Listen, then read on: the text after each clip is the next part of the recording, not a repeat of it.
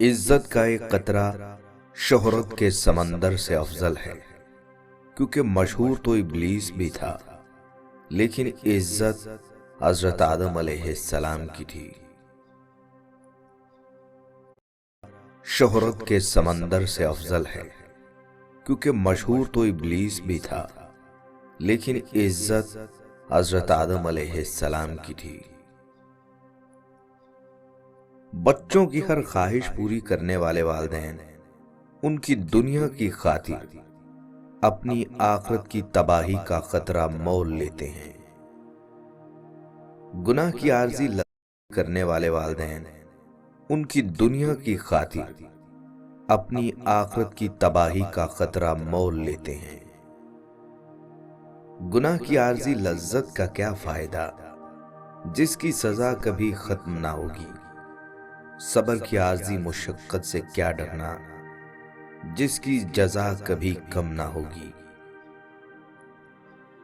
لوگ اکثر کہتے ہیں زندہ رہے تو پھر ملیں گے، مگر ایک دوست نے کیا خوب کہا، ملتے رہے تو زندہ۔ کیا کوئی پیار میں لوگ اکثر کہتے ہیں زندہ رہے تو پھر ملیں گے، مگر ایک دوست نے کیا خوب کہا، ملتے رہے تو زندہ رہیں گے۔ مضبوط بنو لیکن بدتمیز نہیں، مہربان بنو مگر کمزور نہیں، جرت مند بنو لیکن بدمعاش نہیں، فخر کرو لیکن تکبر نہیں، مہربان بنو مگر کمزور نہیں، جرت مند بنو لیکن بدمعاش نہیں، فخر کرو لیکن تکبر نہیں۔ اپنی زندگی میں لوگوں کو وضاحت دینے کی بجائے کچھ کر کے دکھائیں۔ انسان ساری زندگی دولت کا ڈھیر اکٹھا کرنے میں لگا رہتا ہے، لیکن آخرکار اس کے حصے میں مٹی کا ڈھیر ہی آتا ہے۔ انسان ساری زندگی دولت کا ڈھیر اکٹھا کرنے میں لگا رہتا ہے، لیکن آخرکار اس کے حصے میں مٹی کا ڈھیر ہی آتا ہے۔ بدصورت کہہ کر ہنستے چلے جاتے ہو، مذاق انسان کا اڑاتے ہو یا مصور کا؟ تم تب تک بہادر نہیں بنتے جب تک تم مشکل حالات سے نہیں گزرتے۔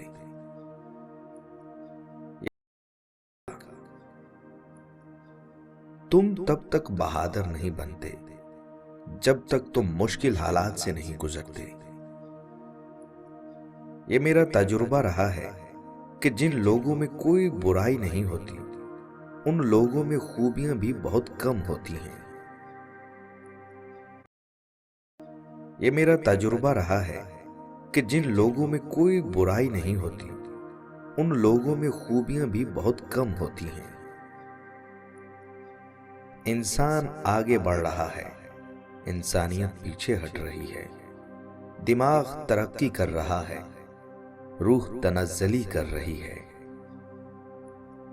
اس وقت انسان ایک ایسا پیاسا ہے جس کے سامنے دریا جاری ہے اور وہ پانی پینے کے لیے آزاد، لیکن اس کی روح جس چیز کے لیے بےتاب ہے اس کا کہیں پتہ نہیں۔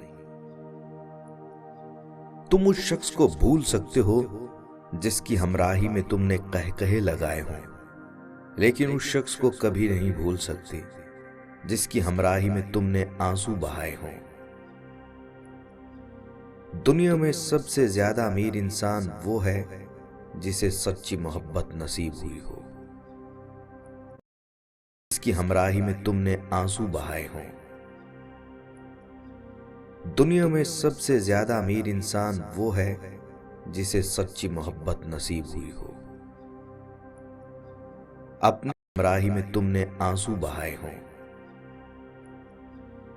دنیا میں سب سے زیادہ امیر انسان وہ ہے جسے سچی محبت نصیب ہوئی ہو، اپنے جذبات کو اپنے اندر رکھنا محبت کرنے والے کبھی چاہنا نہیں چھوڑتے، کبھی پرواہ کرنا نہیں چھوڑتے۔ اگر وہ بدلتے بھی ہیں تو بس اتنا کہ آپ سے اپنے حق کے لیے لڑنا چھوڑ دیتے ہیں۔ نہیں چھوڑتے، اگر وہ بدلتے بھی ہیں تو بس اتنا کہ آپ سے اپنے حق کے لیے لڑنا چھوڑ دیتے ہیں۔ جب آپ اللہ سے مشورہ مانگتے ہیں تو مشورہ بھی ملتا ہے اور غیبی مدد بھی۔ آپ سے اپنے حق کے لیے لڑنا چھوڑ دیتے ہیں۔ جب آپ اللہ سے مشورہ مانگتے ہیں تو مشورہ بھی ملتا ہے اور غیبی مدد بھی۔ ستاروں کی طرح چمکنا ہے تو تاریکی سے ڈرنا چھوڑ دیں۔ جو حق کی مخالفت کرتے ہیں وہ اندھے شیطان ہوتے ہیں، اور جو اس کا ساتھ نہیں دیتے وہ گونگے شیطان ہوتے ہیں۔ جس طرح باہر کا اندھیرا، میری یہ نصیحت ہے، زندگی میں غلطیاں صرف سبق سیکھنے کے لیے ہوتی ہیں،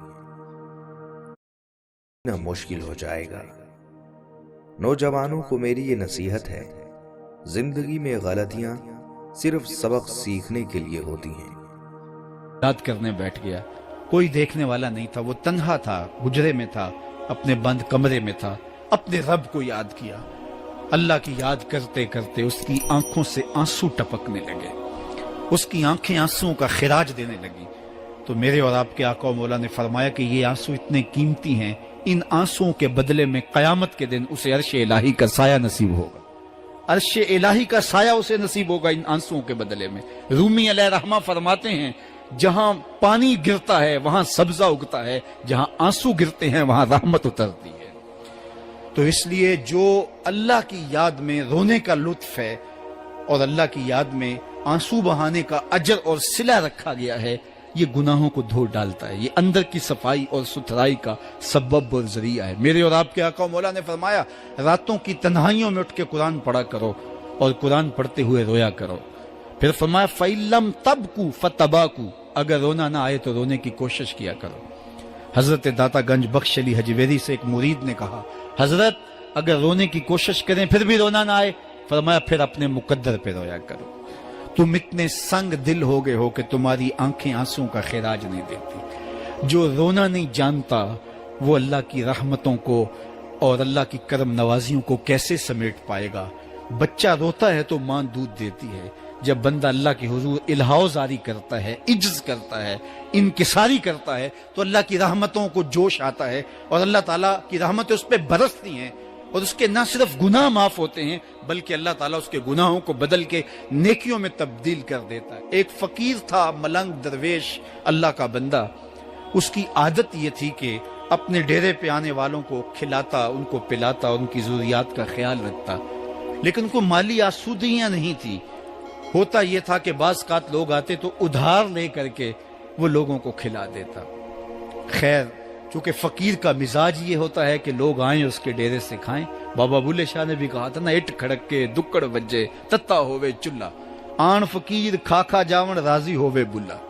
یہ فقیروں کا مزاج ہے، تو جو بھی آتا اس کے ڈیرے سے کھاتا اور وہ ادھار اٹھا اٹھا کے لوگوں کی ضروریات کو پورا کرتے رہتے۔ وقت آخر آ گیا، جن لوگوں نے ادھار دیا تھا وہ سارے تقاضا کرنے آ گئے۔ اب بابا جی کو کیا فکر لاحق ہے کہ یہ میرے مہمان اور میں ان کو کچھ پیش کرنے کی صلاحیت نہیں رکھتا۔ ایک بچہ تھا، وہ کچھ سامان بیچ رہا تھا، پتیسا بیچ رہا تھا یا کوئی اور چیز بیچ رہا تھا۔ اس نے گلی سے گزرتے ہوئے آواز لگائی، خادم کو کہا سے بلا کے لاؤ، کہا تم بیچ رہے ہو تو میرے مہمانوں کو کھلا دو۔ بچہ بڑا خوش ہوا کہ میں سارا دن گلیوں میں گھوم کے یہ پتیسا بیچنا تھا، اب یہ ایک جگہ ہی سارا فروخت ہو گیا تو یہ تو موج لگ گئی، میں جلدی گھر چلا جاؤں گا، میری ماں خوش ہوگی۔ تو سارا ان مہمانوں کو کھلا دیا گیا، اور اس کے بعد کہا بابا جی پیسے؟ کہا تم بیٹھ جاؤ، جب ان کو ملیں گے تو تجھے بھی مل جائیں گے۔ وہ بیٹھ گیا، 2 4 10 منٹ بیٹھا تو بچہ تھا، پھر کھڑا ہو گیا، بابا جی پیسے؟ کہا جب ان کو ملیں گے تو تجھے بھی مل جائیں گے۔ پھر آدھا گھنٹہ گزرا تو پھر اس نے کہا بابا جی پیسے؟ میری ماں میرا انتظار کر رہی ہے، ہمارے گھر کا چولہا اسی سے جلتا ہے، میں یہ پیسے لے کر جاؤں گا اور میری ماں کوئی ہنڈیا خریدے گی اور ہم شام کا گھر کا کوئی سلسلہ کریں گے۔ کہا بیٹا جب ان کو ملے گا تو تجھے بھی مل جائے گا۔ بچے نے رونا شروع کر دیا، یتیم بچہ تھا، اس کا سارا آسرا یہی تھا، اس نے رونا شروع کر دیا. جب بچہ رویا اللہ کی رحمت کو جوش آیا. کوئی مرید نذرانہ لے کے ان بزرگوں کے پاس آ گیا اور اشرفیوں کی بھری ہوئی تھیلی پیش کی. وہ اتنے پیسے تھے کہ اس بچے کو بھی دیے. جتنے لوگ آئے تھے سب کا قرض چکایا. کہا جاؤ گھروں کو. تو سب نے کہا بابا جی ہم صبح سے بیٹھے ہوئے تھے تو یہ نذرانہ دینے والا صبح سے نہیں آیا تو اب کیسے آ گیا؟ کہا صبح سے تمہارے اندر کوئی رونے والا نہیں تھا. ایک رونے والا آیا تو باقیوں کا بھی کام بن گیا. بعض اوقات کسی ایک شخص کی وجہ سے باقیوں کی خطائیں بھی معاف ہوتی ہیں. آج ہم اجتماعی طور پہ